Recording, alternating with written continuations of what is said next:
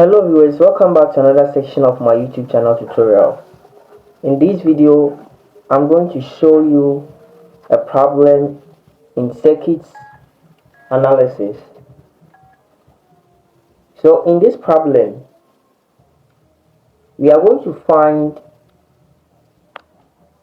an open circuit voltage. So let's see, what will be the reading of a voltmeter connected across the terminals A and B? There is an electrical network, 8 ohm here, 4 ohm here, 6 ohm, and you have a source 12 volts. There is an open terminal A and B here, and the first question is what would be the reading of a voltmeter connected across this? The second part is find the resistance seen between the terminals A and B when the source is deactivated, and this is an application of Thevenins theorem. Though the question didn't ask us to find using Thevenins theorem, but it's an application because once you want to find the open, there is an open voltage here. It's just an open circuit voltage. You get it? So to put a voltmeter here to measure the voltage across this is you finding the Thevenin's voltage, giving a direction VTH. So let's say Thevenin's voltage is moving this way. Do you get it? Then that is VTH. So how do we find Thevenin's voltage here? We need to show our current and the direction of the current here. So let's see.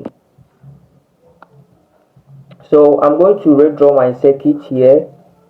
I'll have this, then I'll have this, I'll have this, then I'll have this, I'll have this, where I'll put my Thevenin's voltage here as VTH, having a direction upward.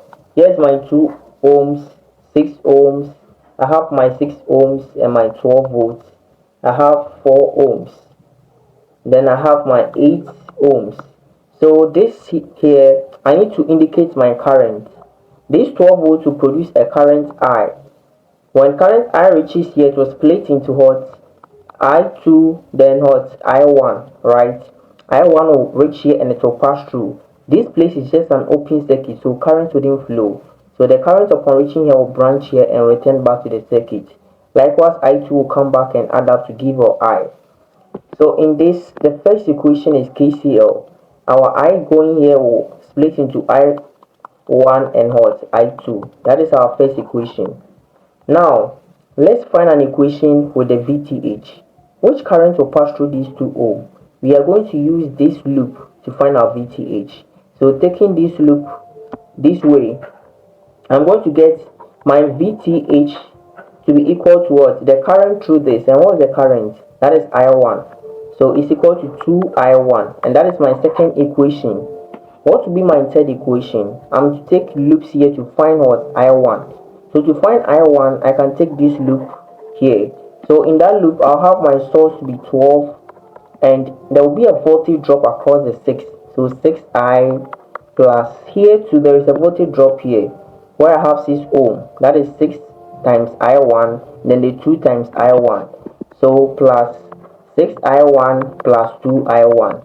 Now this is giving me 12 is equal to 6 open brackets. Now I is the same as I1 plus I2 here. So I1 plus I2 plus here give me 8I1. 12 will be equal to 6I1 plus 6I2 plus 8I1. Then I'll get my 12 to be equal to 14I1 plus 6I2. That is my third equation.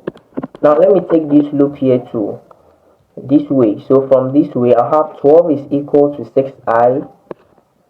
The same thing, 12 is equal to 6I plus the voltage drop here, but the same current I2 passing through. So 8 plus 4, all multiplying I2, right? So my 12 will be equal to 6I1 plus I2, making the substitution plus 12I2. This will give me 6I1 plus 6I2 plus 12I2. So 12 will be equal to 6I1 plus what? 18I2. So solving these two equations, this becomes equation 3. Solving this simultaneously, what am I getting? So I have the first, so this is going to be the equation 3 and the equation 4. I'm solving it simultaneously. So I have 14, 6, 12. I have 6, 18, 12. So I have my I1 to be equal to 2 out of 3. Then I have my I2 to be equal to 4 out of 9. So what I want is to find my VTH. VTH from the equation 2 is 2I1. So simply VTH, which is the open circuit voltage, is equal to 2 multiplying what? I1, 2 out of 3. That is 4 out of 3, which is equal to. So what is 4 out of 3? If you have 4 out of 3, it's 1.3333 volts. Now let's check the second part of the question. It says that we should find the resistance seen between the terminals A and B when the source voltage is deactivated. So this is what you are doing. You are finding the Thevenin voltage. So I will deactivate my source. So I will make it short circuit because it's a voltage source. Then I'll have my 2 ohm here. Then within these terminals, I'll put my RTH here. Then I have my 2 ohm, I have my 6 ohm, I have my 6 ohm, then I have my 4 ohm, I have my 8 ohms.